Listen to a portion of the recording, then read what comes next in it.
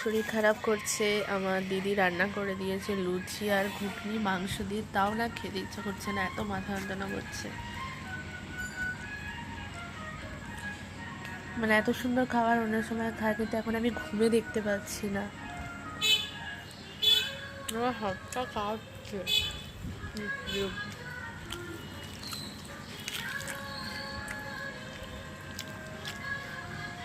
এত শরীর খারাপ করছে যে এটাও খেতে ভালো লাগছে না।